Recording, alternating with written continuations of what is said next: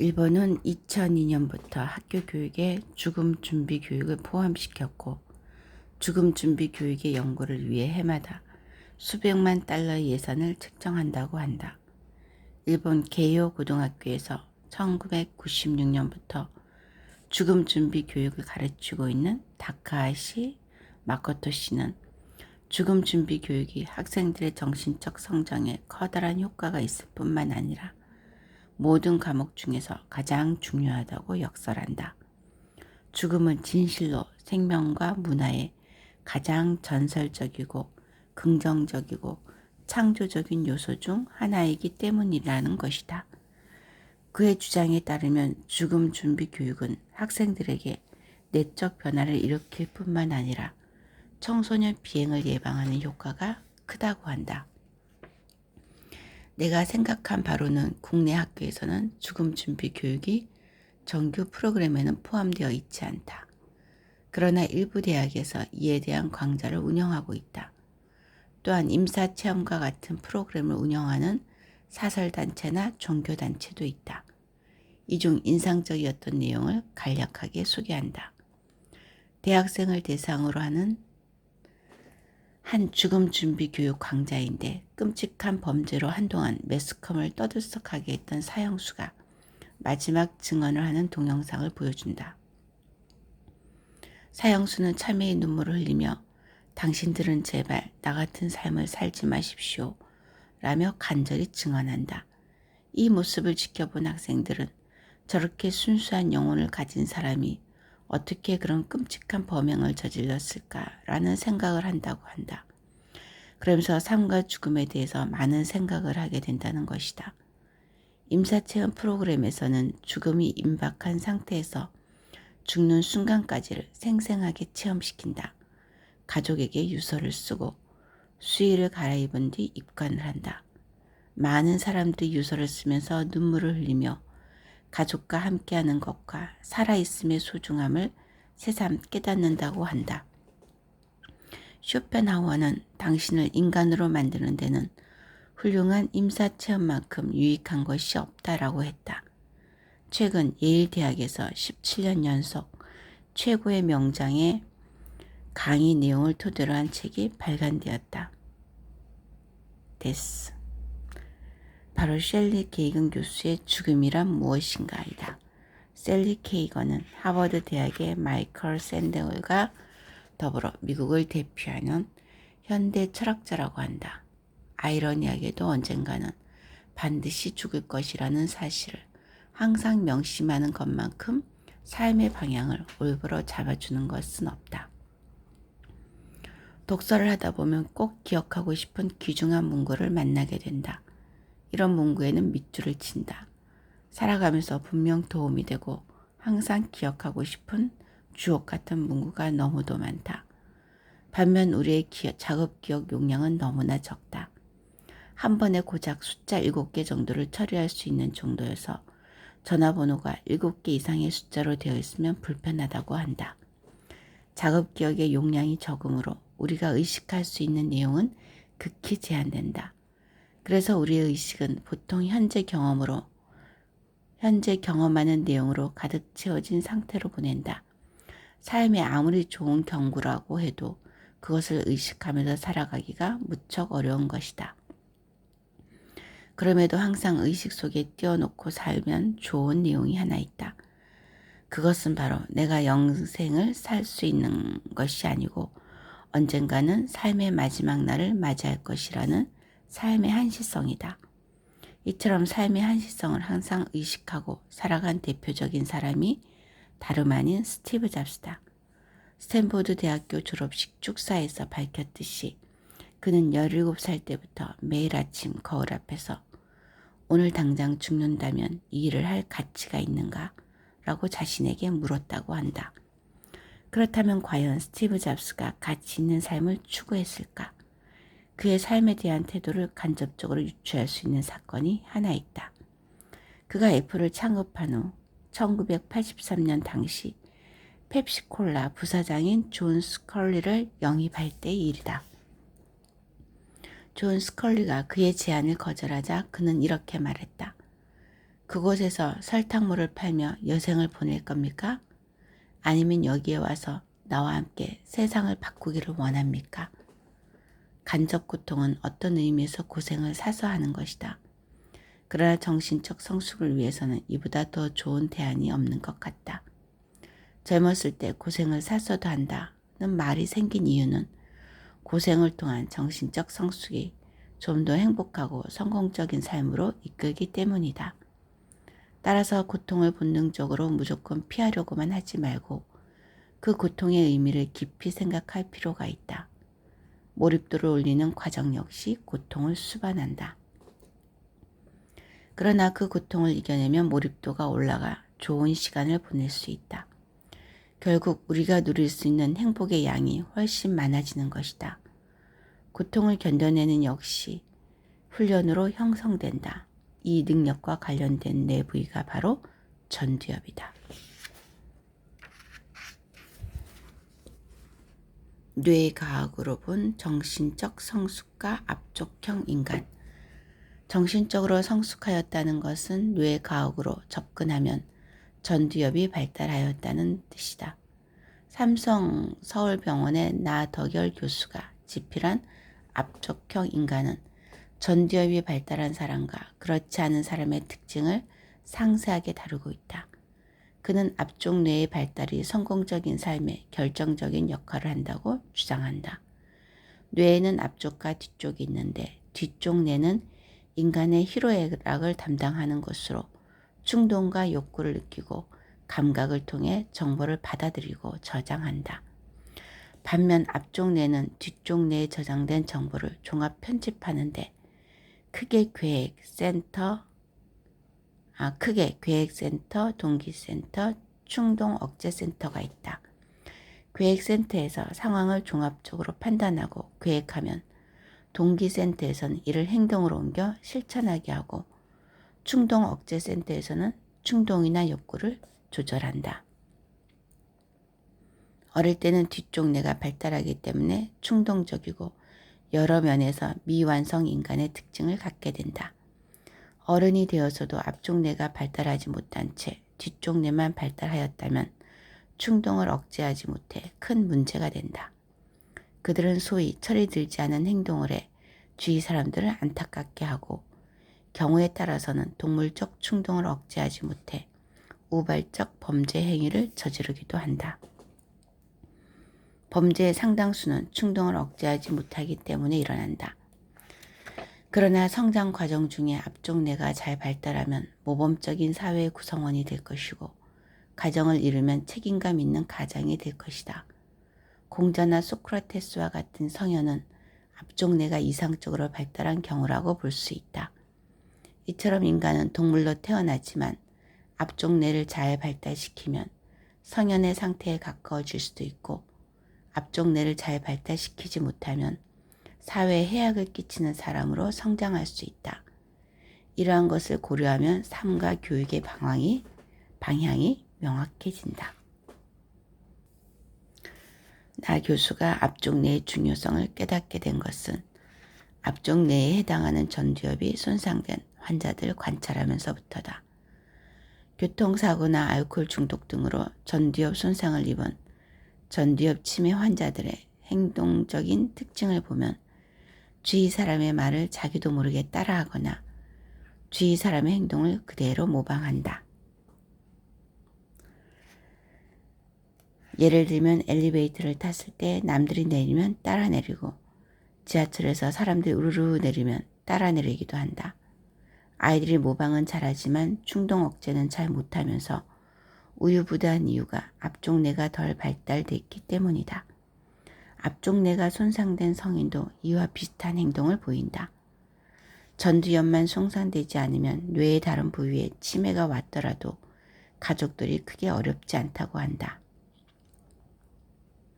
본인 스스로 문제가 있다는 것을 잘 인지하고 적절히 대응하기 때문이다. 그러나 전두엽 치매 환자와 함께 지내기가 가장 어렵다고 한다. 주위 사람들을 가장 힘들게 하는 병이 전두엽 치매라는 것이다.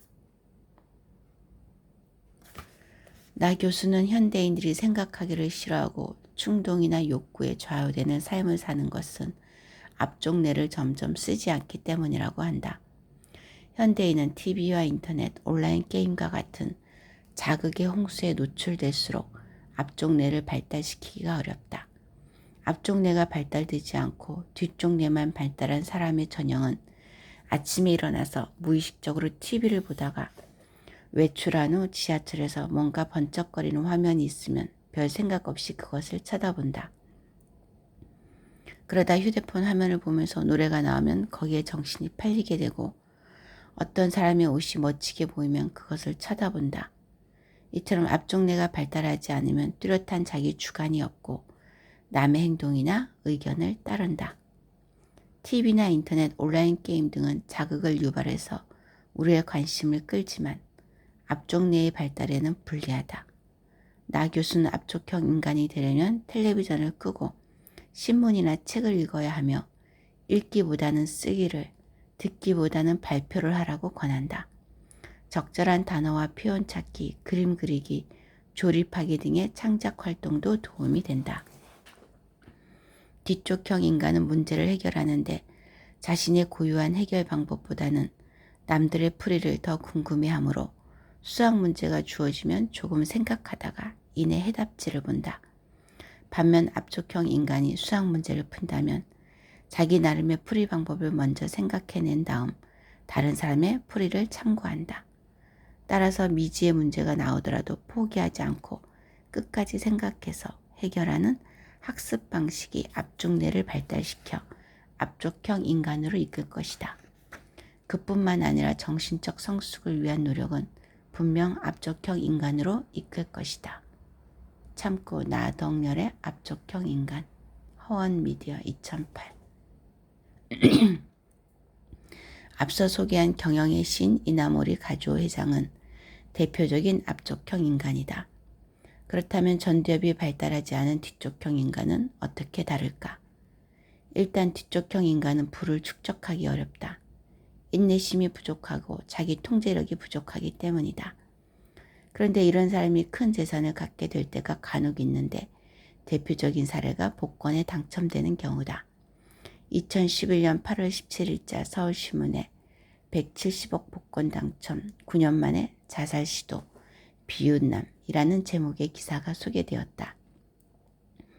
이 기사는 앞쪽 뇌가 충분히 발달하지 않은 사람이 갑자기 엄청난 재력을 갖게 될 때 어떠한 일이 일어날 수 있는지를 잘 시사해 주기에 기사의 일부를 소개한다. 영국 대중지 데일리 메일에 따르면 노폭주에 사는 마이클 캐런이 지난 13일 자살을 시도해 정신을 잃은 것을 친구가 발견해 간신히 목숨을 구했다. 캐런은 19세 젊은 나이에 유로 밀리언 잭팟을 터뜨려 백만장자가 돼 유명세를 얻은 주인공이었다. 캐럴이 자살을 시도한 건 이번이 두 번째. 환경미화원으로 성실히 살았던 캐럴의 인생은 2002년 복권 당첨으로 뒤바뀌었다.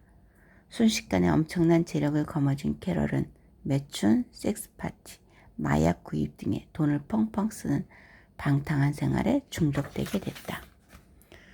돈이 마르지 않을 것 같던 캐럴의 은행 계좌는 불과 6년 만에 바닥을 드러냈다.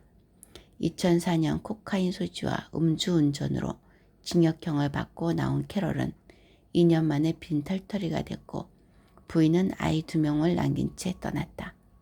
그동안 캐럴은 정부 보조금으로 근근히 살아온 것으로 전해진다. 새로운 인재를 키우는 공부혁명. 가르침이란 생각할 수밖에 없는 상황으로 유도하는 것이다. 그러게 이 두뇌 앞쪽 머리, 즉 전두엽을 관리하는 건 굉장히 중요해. 전두엽 관리하는 가장 쉬운 방법이 책이나 신문이나 이런 걸 읽고 글을 쓰고 또 말을 하고 뭔가 발표하고 하는 행위들이야. 매일 아침 책 읽기 하고 있는 나는 전두엽을 잘 관리하고 있다는 뜻이다. 자, 지식을 스스로 창출하는 두뇌. 지난 반세기 동안 우리 경제는 눈부신 발전을 해왔다. 1953년만 해도 1인당 국민소득이 254달러에 불과해 세계 250여 개국 가운데 가장 빈곤한 국가였지만 2010년도에는 1인당 국민소득이 2510달러를 기록하기 이르렀다. 인구 4천만 명 이상인 국가 중에 1인당 국민소득이 2만 달러 이상인 곳은 8개국밖에 없다. 우리나라 연간 수출액 또한 1950년대만 해도 100만 달러가 안 되었다가 점차 늘어나 1980년대에는 175억 달러로 폭발적 성장을 하고 2010년에는 4,674억 달러에 달해 세계 7위를 차지했다. 그야말로 기적과 같은 성장이다. 우리가 이런 놀라운 성장을 할 수 있었던 이유는 무엇일까? 앞으로도 이런 지속적인 발전을 이루기 위해서는 이 질문에 대한 해답을 찾아야 한다. 사람들은 높은 교육열과 헝그리 정신을 그 이유로 꼽는다. 이 둘이 조화를 이루어 국가 경쟁력을 높였다는 것이다. 일면 옳은 말이지만 그것이 전부는 아니다. 우리나라는 다른 개발도상국들과 달리 지속적인 고성장을 오랜 기간 유지할 수 있었다. 1990년대부터 다른 개발도상국들과는 구별되는 주목할 만한 변화들이 나타나기 시작했다. 반도체, 조선, 디스플레이, 통신, 철강, 자동차 산업 등의 분야에서 세계 1위를 하거나 선두그룹에 속하게 된 것이다. 이런 첨단 산업 분야들은 고도의 기술력을 필요로 하므로 단순히 근면하다고 해서 앞서갈 수 없다. 세계적으로 경쟁이 치열한 여러 분야에서 1위를 하거나 선두그룹에 있다는 것은 단지 높은 교육열과 헝그리 정신으로는 설명되지 않는다. 이 문제는 정말 깊이 생각해 볼 만한 가치가 있다. 1980년 중후반부터 국내에서 고급 두뇌가 대량 배출되기 시작한 것이 가장 큰 원인 중 하나라고 본다. 1980년 중반부터 국내 대학들이 대학원 중심제로 바뀌면서 석박사들을 대량으로 배출하기 시작했다. 이들이 본격적으로 산업체에서 활약하기 시작한 것이 1980년대 말부터다. 이 고급 두뇌들이 수행한 연구개발 없이 반도체, 디스플레이, 통신, 철강, 조선, 자동차 분야에서 세계 선두를 달린다는 것은 불가능한 이야기다. 대학원 과정은 대학 과정과 무엇이 다른가? 이 차이점을 이해하는 것은 교육을 어떻게 해야 하는가라는 문제와 관련하여 매우 중요하다. 예를 들어 같은 대학, 같은 학과에 다니고 능력이 같은 두 학생 A와 B가 있는데 A는 대학을 졸업한 후 회사에 취직하고 B는 대학원에 진학했다고 하자. A는 회사에 다니면서 많은 것을 배운다. 그리고 열심히 일한다. 월급을 받는 사람으로서 적어도 대학원생인 B보다 더 열심히 일한다. 대학원에 들어간 B는 한 5, 6년을 연구실에서 보낸다. 어떻게 보면 대학을 졸업하고 회사에 들어간 A가 불리할 것이 없다는 생각이 든다. 오히려 회사에 다녔던 A가 세상 물정은 더 잘한다. 그런데 어떤 면에서 대학원 과정을 보낸 B가 경쟁력이 있을까? 왜 박사학위를 받으면 고급 인력인가? 대학원에서 전문 지식을 더 배워서 그런가? 그렇지 않다. 유럽 대학은 대학원에서 강의를 들을 의무가 없다. 대학원에서 강의는 별로 중요하지 않다. 초등학교에서 대학교 과정까지 교육과 이후의 대학원 과정의 교육에는 근본적인 차이점이 있다. 그 차이를 살펴보자. 대학을 졸업할 때까지는 이미 알려진 지식을 배운다. 교과 과정에 나와 있는 지식을 내 것으로 만드는 것이 목표이다. 근데 대학원 과정에선 두 가지를 더 훈련한다. 하나는 필요한 지식을 스스로 습득할 수 있는 능력이고 다른 하나는 필요한 지식을 스스로 창출하는 능력이다. 이것이 아주 중요한 차이다. 필요한 지식을 스스로 습득할 수 있는 사람은 지식을 보유한 사람보다 당연히 경쟁에서 더 유리할 것이다. 인터넷이나 스마트폰이 발달한 지금 필요한 정보나 지식은 쉽게 접근할 수 있기 때문에 특정한 지식을 보유했다고 해서 특별히 유리할 점은 많지 않다. 대학에서 배운 지식이 실제 현장에서는 별로 쓸모가 없다는 것은 너무나 자주 듣는 이야기다. 이러한 양상은 빠른 속도로 발전하고 있는 분야일수록 더 심하다. 따라서 어떠한 전문 지식을 보유하고 있다는 효용성을 시간이 지나면서 급격하게 떨어진다. 그보다 더 중요한 것은 필요할 때마다 그에 맞는 지식을 스스로 습득할 수 있는 능력이다. 한편 대학원 과정에서는 지식을 습득하는 능력보다 훨씬 더 중요한 것이 있는데 바로 필요한 지식을 스스로 창출하는 능력이다. 대학까지는 교과서나 노트에 있는 내용을 머릿속에 집어넣을 것을 요구받는다. 알아야 할 지식을 머리에 넣었는지 그렇지 않은지 확인하는 것이 시험이다. 그래서 교과서나 노트 없이 시험을 보게 된다.